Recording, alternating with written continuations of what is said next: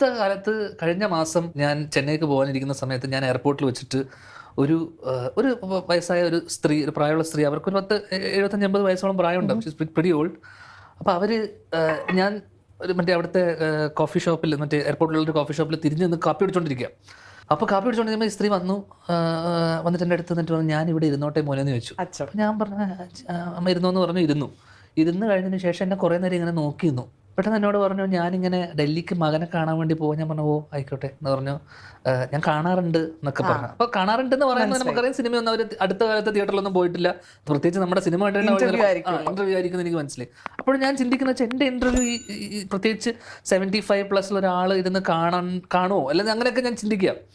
അപ്പോൾ എന്നോട് പറഞ്ഞു, ഞാൻ ഒരു വർഷം മുന്നേ ഹസ്ബൻഡ് മരിച്ചു, മകൻ്റെ അടുത്ത് പോയി നിൽക്കാനൊന്നും അധികം ഇഷ്ടമില്ല, ഞാൻ വീട്ടിൽ നമ്മുടെ നാടൊക്കെ അല്ലേ നമുക്ക് ഇഷ്ടം, അതുകൊണ്ട് അവിടെ തന്നെ നിൽക്കുക, എത്രയോ വർഷത്തെ പ്രണയമൊക്കെ ആയിരുന്നു. ഇവരിങ്ങനെ കഥ പറഞ്ഞു. അപ്പം ഭർത്താവ് മരിച്ചിട്ട് ഒരു ദിവസം വീട്ടിൽ എന്ത് ചെയ്യണം, എന്താ ഭയങ്കര ഒറ്റപ്പെടൽ, ഒരു ലോൺലിനെസ് ഒക്കെ ഉള്ള സമയത്ത് ഞാൻ ഒരു ദിവസം രാത്രി ഉറക്കമില്ലാതെ 12 മണിക്ക് അടുക്കളയിൽ നിന്ന് കുറച്ച് വെള്ളം എടുത്ത് കുടിക്കാന്ന് പറഞ്ഞ് അങ്ങോട്ട് നടന്നു നീങ്ങിയപ്പോൾ ജോലിക്കാരി എന്തോ കണ്ടിട്ട് അവൾ അട്ടഹസിക്കുന്നു, ചിരിക്കുന്നു.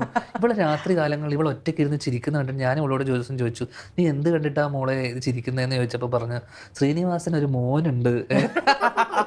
അപ്പൊ ശ്രീനിവാസനെ അറിയാം, ഓക്കെ, അച്ഛനെ അറിയാം. അപ്പൊ അച്ഛൻ്റെ സിനിമകളൊക്കെ കണ്ടിട്ടുണ്ട്. ശ്രീനിവാസന് ഒരു മോനുണ്ട്, പുള്ളി ഭയങ്കര തമാശയാണ്, ആ അമ്മ ഒന്ന് കണ്ടോക്ക്, വെറുതെ ഇരുന്ന് രാത്രിയൊക്കെ കാണാം, പുള്ളി വീട്ടുകാരെ പറ്റിയിട്ടും കുടുംബക്കാരൊക്കെ പറ്റിയിട്ടൊക്കെ കുറ്റം പറഞ്ഞൊക്കെ ഭയങ്കര അതൊക്കെ പറഞ്ഞിട്ട് ഈ ജോലിക്കാരി പറഞ്ഞിട്ട് ഈ രാത്രി 11-12 മണിയോ സമയത്തൊക്കെ ഈ അമ്മ ഇരുന്ന് ഇത് കുത്തിയിരുന്ന് കാണും അത്രേ.